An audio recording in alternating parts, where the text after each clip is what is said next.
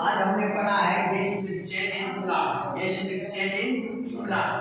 अब आपके पास जिस तरह इंसान के अंदर या एनिमल्स के अंदर स्पेस नहीं है, प्लांट्स के अंदर कोई खास सिस्टम नहीं है गैस एक्सचेंज के लिए। प्लांट्स बॉडी में, प्लांट्स के अंदर गैस एक्सचेंज हो रही है through respiratory surface, through respiratory surfaces के थ्रू गैस एक्सचेंज हो रहे हैं गैस ऑफ प्लांट्स। अब आपके पास वो जो रेस्पिरेटरी सरफेस है वो आपके पास चार किस्म के होते हैं। चार ऐसे सरफेसेस हैं जहां से गैस एक्सचेंज हो सकते हैं। नंबर 1 आपके पास है एपिडर्मिस। नंबर 1 आपके पास एपिडर्मिस है। एपिडर्मिस मतलब सबसे बाहर वाली लेयर, सबसे बाहर वाली लेयर।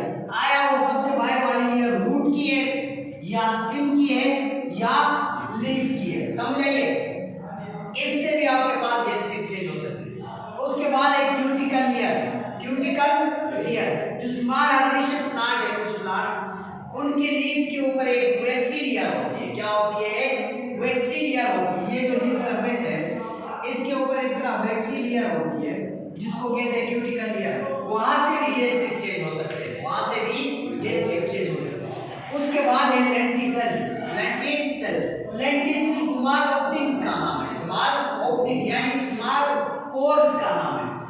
ऐसे पोर्स जो वुडी प्लांट के स्टेम के ऊपर पाए जाते हैं। अब आपके पास जो वुडी प्लांट है, वुडी प्लांट को समझते हो ना? वुडी प्लांट्स उनके ऊपर जो उनका बार्क होता है, छिलके के दरमियान, छिलकों के दरमियान छोटी छोटी सुराख होती हैं। छिलकों के दरमियान छोटी छोटी सुराख होती हैं। क्या कहते हैं? लेंटिसेल्स। क्या कहते हैं? लेंटिसेल कहते हैं। वहां से भी गैस एक्सचेंज होता है, वहां से भी गैस एक्सचेंज होता है। नेक्स्ट आपके पास जो मेन है जहां से गैस एक्सचेंज होते हैं वो है आपके पास स्टोमेटा। वो क्या है? स्टोमेटा। स्टोमेटा किसको कहते हैं? These are also a small openings present in leaves. Leaf के अंदर स्मॉल ओपनिंग होती है जिनको स्टोमेटा का नाम देते हैं। ओपनिंग मतलब सुराख। ओपनिंग का मतलब क्या है? सुराख होती है लीफ के अंदर जिसको क्या कहते हैं? स्टोमेटा कहते हैं, जहां से गैस एक्सचेंज होते हैं। अब आपके पास 90 to 99% gas exchange takes place through stomata. In case of plants 90 to 99% gas exchange takes place through stomata. अब आपके पास देखो ये जो स्टोमेटा, ये लीफ का स्ट्रक्चर है, लीफ का स्ट्रक्चर है। यहाँ पे देखो डाइकाट प्लांट के केस में लीफ के अंदर स्पेशल टाइप ऑफ सेल होते हैं, स्पेशल टाइप ऑफ सेल होते हैं, किडनी शेप सेल होते हैं, special type of kidney shape cell होते हैं। किडनी शेप सेल के दरमियान एक छोटा सा सुराख होता है, इस तरह। ये देखो इधर आपके पास छोटा सा सुराख है, उस सुराख को सेंटर में जो सुराख है उसका क्या नाम है? स्टोमेटा। उसका क्या नाम है? स्टोमेटा। इधर से इस स्टोमेटा से आपके पास गैस एक्सचेंज हो रहा है, स्टोमेटा से आपके पास गैस एक्सचेंज हो रहा है। ये स्टोमेटा जब ओपन होंगे तो गैस एक्सचेंज होंगे। वो स्टोमेटा ओपन कब होंगे? जब गार्ड सेल के अंदर पानी होगा। जब गार्ड सेल पानी के साथ भर जाएंगे, पानी होगा गार्ड सेल के अंदर, तब स्टोमेटा ओपन हो जाएंगे और वहां से गैस एक्सचेंज होगा। ये आपके पास लीफ की एनाटॉमी देखते हैं।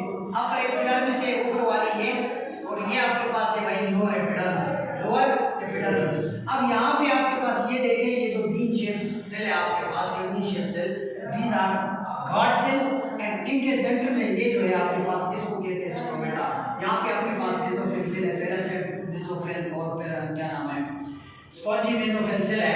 अगर आपके पास ये C4 प्लांट है तो यहाँ पे बंडल शीट सेल भी है, यहाँ पे बंडल शीट सेल भी है, समझ आइए। ये रेस्पिरेटरी सरफेस है जहाँ से गैस एक्सचेंज होते हैं, जहाँ से गैस एक्सचेंज होते हैं।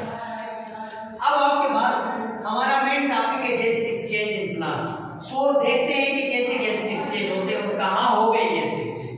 अब सबसे पहली बात ड्यूरिंग डे टाइम, कि दिन को क्या होता है? दिन को the rate of photosynthesis is higher than respiration. Although दिन को rate of photosynthesis, rate of respiration से ज्यादा है। रेट का मतलब क्या है? स्पीड। रेट का मतलब क्या है? स्पीड। दिन को फोटोसिंथेसिस ज्यादा होती है, process of photosynthesis is higher. Reason क्या है? Light. Presence of light. Reason क्या है? Presence of light. लाइट की वजह से दिन को फोटोसिंथेसिस का प्रोसेस ज्यादा है। क्या रेस्पिरेशन नहीं है दिन को? भाई जिंदा रहने के लिए प्लांट को भी जिंदा रहना है, उन्होंने भी एक्टिविटीज करनी है, तो उसके लिए रेस्पिरेशन मस्ट है। रेस्पिरेशन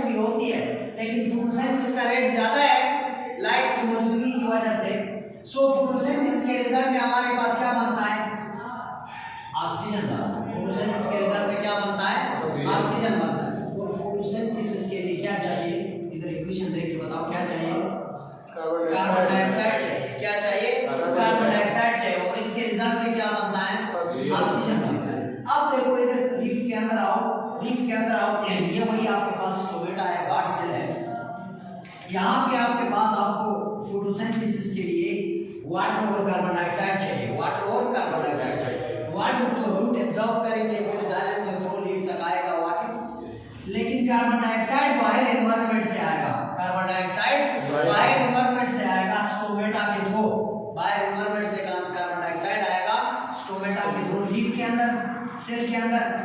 और इसके रिजल्ट में फोटोसिंथेसिस के रिजल्ट में देखो क्या बना है आपके पास? ऑक्सीजन बना है कि नहीं? ऑक्सीजन बन गया।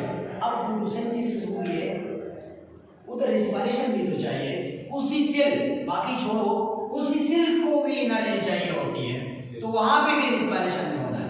रिस्पायरेशन चाहे उस सेल में हो या दूसरे सेलों के अंदर हो, जिधर भी है रिस्पायरेशन उसको ऑक्सीजन चाहिए। एरोबिक रिस्पायरेशन के लिए क्या चाहिए? ऑक्सीजन चाहिए भाई। अब ऑक्सीजन उनके अंदर बना है, प्लांट सेल के अंदर ऑक्सीजन बन गया है, वो ऑक्सीजन अंदर इस्तेमाल होगा, वो ऑक्सीजन अंदर इस्तेमाल होगा। लेकिन ऑक्सीजन ज्यादा बना, फोटोसिंथेसिस का रेट ज्यादा है, इस वजह से ऑक्सीजन वो बाहर निकल रहा है। अब आप देखो जरा, देखो कार्बन डाइऑक्साइड आ गया अंदर और अंदर से ऑक्सीजन बाहर आ गया, एक्सचेंज हो गई, गैसेस एक्सचेंज हो गई। This is known as gas exchange. इसको क्या कहते हैं? गैसेस एक्सचेंज कहते हैं। समझ आइए? अब आपके पास रात को ये वाला प्रोसेस, ये प्रोसेस उल्टा हो जाता है। देखो ड्यूरिंग नाइट, रात को क्या होता है? During night the process of photosynthesis is stop. Process of photosynthesis stop.